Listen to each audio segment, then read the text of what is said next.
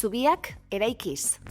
Pandemia horrek utziko du mezu bat mahai gainean hurrengo gobernuako kidei esanez, ezin dira gauzak egin bakoitzak bere indarrakin soilik. Maite Ubiria, kazetaria esan moduz, Maite, arratsaldeon. Ondo eta zu, ze mozu. Hau beidala ondo maitzie programie. Bueno, plazerra, niretzako plazerra. Zure bizita, jasotzie.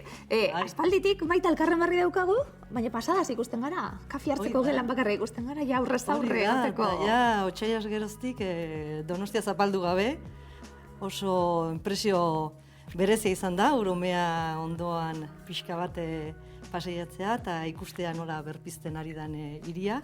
Ze gauzekin emozionatzen garan azken aldian, ala beharrez, bai. Egia da, nube Donostia zapaldu barik denpora asko, eta etxetik atera hona etortzeko, azken aldian egin dugun moduen, eta zelan hartzen dien gauzek ezberdin. Bai, ala da, pandemia honek nik uste dute zauri asko utzi dizkigula, baino era berean nolabait bihotza bigundu baitare eta momentu honetan gauza txiki guziekin disfrutatzen dugu ume bezala esan nahi nuen, baina umeek pairatu dute krisi honetan ere bai tratu ez dakit oso egokia, ez?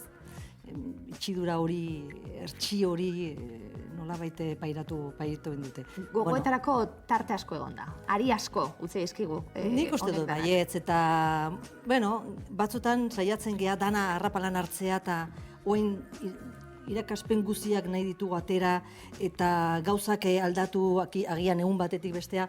Eta segurazki hartu beharko dugu gure denbora eta arnaz luzeko gogoetak piztu eta politiki ikusi nola heldu beharko digun geroari, ez da. Maite Ubiria, kazetaria zara, bai, analista, claro, analizatzea dale zure lana, danari adi egongo zara. Eguneko albistak analizatzen, inoiz izan dugu, plazerra programa berien egoteko bebe bai, irratietan entzute zaitugu, telebistetan, kate ezberdinetan ikusten zaitugu, egunkarietan idazten duzu, analiziak egiten, gaurkotasuna egia esan, apasionantia da. Maite, ez dauka mailerari gainera. Bai, gero nik uste deno konstiente garela, salbuespen ekimen bat edo ekintza bat bizi izan dugula, ez? Eta batzutan, askotan tokatzen zaigu kontatzea gugatik kanpo gertatzeana, eta beti ere bai, irakatsi ziguten nolabait urruntasun bat hartu behar genula gauza kontatzeko, baina hoain bete-betean harrapatu baitu, eta kazetariok ez gara beste kasta batekuk. Baitu gure etxea, gure familia, gure kezkak, osasunak kezkatzen gaitu, geroak kezkatzen gaitu. Ordu nik ustean nuke, analiz egiteko orduan ere bai, sumatu dugula agian implikazio hori, ez? Ez dakit, garai batian fama ona zeukana, ez? Implikazio humano edo pertsonala hori sartzea baitare analizian, baina oain ezinbestean ikuste dut hor dagola baitare, ez? Elementu hori. Herri moduan, zeure horrak dira bai, pandemiak agerian utzi dizkigu, ditugun erronkak oraindik lortzeko, eta ditugun utxuneak, bestak beste erronken artean jarriko genuke, eta gainera, naizen garan zeure titulu bat zubiak indartu behar dira, ez mugak, apurtxu bet, mugaren bestalde horretan egon zara zeube, pandemia honetan agian horra itipe bai, Donostira ze gustora etortzen dan, ibili zara lanien bai, baina mugak zen muga egin diren. Bai, mugak oso fisikoak egin dira, eta noski, belaunaldi gazte batek ez du ezagutu muga hori, hau da, 80. Hamarkadan desagertu zen muga hori ez du ezagutu. Badaki hor dagoela muga bat, baina toki batetik bestera ibili da askatasun fiktizio batekin segurazki, baina askatasunez murgildu da, ezta? Eta, beste adina badugunok ezagutu dugu zer zen muga oso bortitza, mugari loturiko hainbat pasadizo latzak ezagutu ditugu baitare, eta uste dut itxidura horrek zerbait murgildu digula lehen bihotza eta bihotzari burutzitzen dugu, baina esango nuke baita tripetan ere, ez?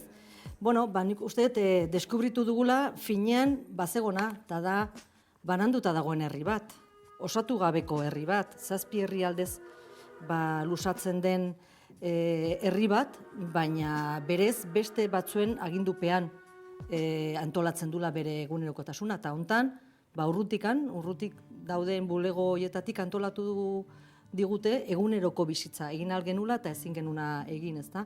Eta mugaren itxierak nik uste dut kutsu traumatiko bat ere bai utzi dula.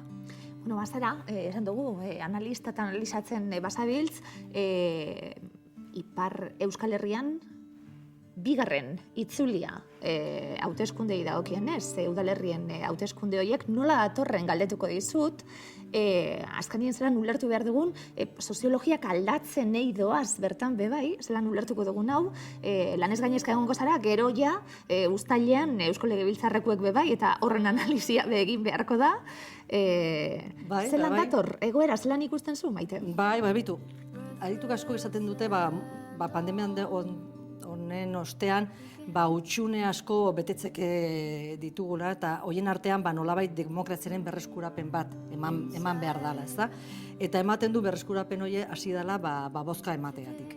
Eta nik bozka emateari ez diot inolako garrantzi kentzen, uste dut dela borroka asko eskatu zigun eskubide bat, baina segurazki demokraziaren berreskurapenak beste sakuntasun bat eskatzen du.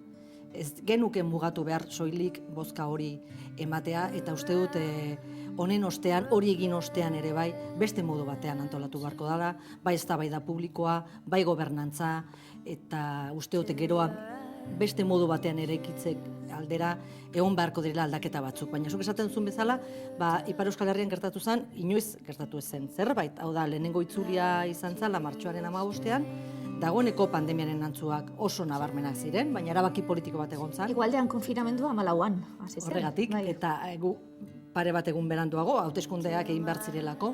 Hauteskunde horiek egin ziren, hauteskunde horiek utzi zuten bi panorama ezberdin eta agien Euskal Herrian ebai gertaik, Hau da, herri txikitan jendea boskatzera juntzala, ziurtasuna sentitu zula boskatzea juteko, eta Ipar Euskal Herriko hainbat herritan, baina Nafarroan Xuberuan, 80tik gora, bozkatu intzun, baina gero hiritan, adibidez Baionan, abstentzioa 61%ko izan zen. Eta nik uste horrek uzten dula galdera demokratiko bat, bai hauteskunde bat izan ziren, baina horrek utzizun utxune bat. Eta gero eten egin zen prozesua. Inoiz ez den gertatu, legeak agintzen dulako, jarraian egin behar dela. Jarraian egin behar dela. Eta hoain, pandemiatik pixkanaka ateatzen garen hontan, jarri digute bigarren itzuli hori. Ipar Euskal Herrian ia udal gehienak erabaki ziren lehenengo itzulian, baina 18 herritan bai bozkak egongoie, bozketa egongoa, eta horien artean bi hiriburu, Maule eta Baionan, orduan, bai, lan pixka bat egin beharko dugu, horri segida bat hartzeko, eta zuk esaten zuen bezala, noski, ikusteko ere bai pandemiak zen nolako ajeak utzi ditu, jendeak nola hartzen ditun hauteskunde horiek momentu batean nun oso kezkauta dago jendea, eskola sartzearekin, osasunen bilakararekin, ekonomiaren inguruan agertzen diguten udazken zaila horrekin, ikusi beharko da, herritarrek nola, nun kokatzen duten ekimen demokratiko hori. Elite eskuindarra, indarra galtzen, ez dakite hiriburuetan ez boskatziek izango duen horrekin zerikusia, eta purtsuet, abertzaletasuna indarra hartzen, aurreko panoramak utzi zigun, Euskal Elkargoa sortziek badauka honekin danakin loturarik, Maite, ikusgarritasuna eman zaio Euskaldunari, Euskaldun izateari, Euskal hizkuntzari. Dudarik gabe. Nik esango nuke, segurazki pixka bat atzerako jotzen baldin maizu, bada bederen hamarkada bat nun eman dantzuk aipatzen zuen desplazamendu hori. Elite oso jakobinoa, oso anti-euskaldunaren elite horren desplazamendu bat eman da. Eta lurraldearen logikari loturiko nolabait opzioek indarra hartu dute. Eta horregatik ikusten da, abertzaren bozkaren bilakaera, emeki nola gora egin du. Horri gehitzen baldin badigu, orain dela 3-4 urte gertatu zala Europa guztian bezala sozialdemokraziaren erorketa demagun, alderdi sozialista frantsesak asko sufrituzun erorketa hori, horrek bai utzizun zabalik bide bat bestelako espazio batzuk sartzeko. Badira 3 urte sortzen da Euskal Elkargoa, zuk esaten zuen bezala lehen aldikoz, momentu garaikidean, edo badugu erakunde bat 3 lurralde horiek erakusten ditula, aintzat hartzen ditula, eta gainea udalerri antolatzen dula ordezkaritza. Orduan, elkargo horrek utxuneak baditu, ezin dugu bozkatu zuzenki hautetsi horiek, pasatu behar da herriko bozetatik, eskuduntzen aldetik ere bai oso murritza dagoa indikan, ez da hautetsi gehienek eskatzen zuten erabateko botereak, ukiko zituen erakunde bat, baina zabaldu du bide bat, eta nik uste kontzientzietan ere bai zabaldu dula argizpi bat. Oain lurraldea ikusten da, oain lurraldean arabera antolatzen dugu demagun uraren kudaketa, demagun autobus zerbitzua, demagun osasun zerbitzuak, eta horrek beste kontzientziazio maila bat ekarri du. Eta hor, nolabait abertzaleek hamarkada luzetan mahaigaina jarri dituzten eztabaidagaiak bilakatu dire iparraldeko agendaren gai nagusiak. Eta horrek balio du bakegintzan urratz batzuk ezoikoak emateko, gizartearen eskutik desarmatze prozesu bat egiteko. Bestelako konpleju barik agertu zienak eta eskerrak. Bestelako konplejurik gabe, oso ideia ezberdina dakan jendia pentsatuz badaukala zer ekarpen egin bakea lortzeko gure herrian, arrisku bat hartzen armategi batzuk zaintzen, gau oso bat, jakin gabe biharamunean gobernu frantsesak zede liburu hartuko zuen, zen hartu harreman batzuk baziren, baina ez zegoen ez da ere mena bat ez zegoen nolabaiteko zueten bat, ez zegoen ez zer sinatuta. Hartu barzan arriskua eta ikustea estatu handi batek zen olako erantzun hartzen zuen. Eta ehunka jendek hartu zuten arrisku hori. Eta horrek jende askori eman dio botere bat. Eta eman dio beste paper bat jokatzearen sentsazioa eta sentimendua.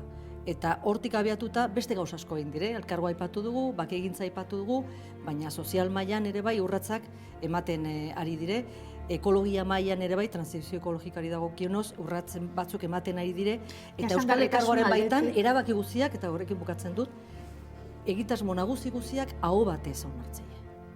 Berdin eskuindarrak izan, sozialistak izan, abertzalek izan, lurraldearen geroarendako ezinbesteko diren lehenengo urrats guzi horiek adostu egin dire. Eta horrek sortzen du kultura bat oso interesgarria ereiki bar den edo berreraiki bar den herri horri arnaz luzeko ibilbide hori markatzeko, ez da. Sinisten duguna, gainera. Maite, denbora bari geratuko nahi, eta galdetu nahi izun nazioartean aditua zaralako bebai, nazioartean eta hegoaldeko 3 probintzietan Eusko Legebiltzarreko hauteskundeak behor zintzilik geratu zaizkit, galdera bi baten amaitzeko. Pandemia honek izango du eragina politikoki, batien eta bestien? Beitu, galdera, nik uste egiten dugula galdera hori, baina ezakit galdera horri emateko erantzuna behar diogunari begiratzen diogun. Hau da, deno galdera hori bure egiten diogunean, berehala begiratzen dugu eskainoen banaketari begiratzen diogu. Esaten dugu horrek zein kaltetuko duen, zein bat hartuko du bozka gehiago, gutxiago eserlekuk, eta nik aldiz galdera hori nik uste egin bar deula helburuei begiratuta. Hau da, pandemia honek areagotu inditu, lehen aipatzen genuen bezala, herri honek ditun gabeziak, hutsuneak, erronkak, baina baita indarguneak ere bai. Eta erakutsi digu, seguraski batera arinduta, hiru euskal eremu hoietatik aman komunean jardunezkeo, seguraski proiektu gaitezkela etorkizunean beste era batean. Ordu nire galdera da, pandemia horrek utziko du mezu bat mai gainean urrengo gobernuako kidei esanez, ezin dira gauzak egin bakoitzak bere indarrakin soilik, baizik eta denbora guzin demokrazia horizontalago bat sustatuz, eta denbora guzin besteen ideiekin ekarpenekin kontatuz. Nik horri erantzuko banioke baietz, uste dut oso erantzun egoki izango lezateke herriari begira. Eta gizarte bezala nik uste dut lortuko genituzkela, nolabait ez, oain ez ditugun lanabes batzuk etorkizunari egiteko. Eta gustatuko litzaidake, lehen aipatzen nuen kultura politiko hori, gu garatu dugula Ipar Euskal Herrian, ezberdinen artean adostasuna iristen eta bar, Hego Euskal Herrirako ere bai, erreplika txiki bat eukitzea. Maite Ubiria, gustatzen zait, zu ikustie, zu entzutie, zu gazterra egitea. Eskerrik asko. Plazerra da, niretzako, zurekin egotea, ekipo osoari agurri txiki bat egin dezuen bermelapiko hau betetzea garren, eta animo etorkizunean ere bai. Maite Uberia kazetari izango dugu elkarren berri. Pasio bantez jarraitzen zaitzut, besteak beste idazten duzuna eta hitz egiten duzuna. Inspiratzen nauzu, ze egingo diogu? Maite, mila esker. Venga ba. Berbela pikor etortziarren. ongi. Beste erron beste txekoei azken astea guretzat, eta egia esan gozatzen ari gara. Bihar gehiago, eskerrik asko.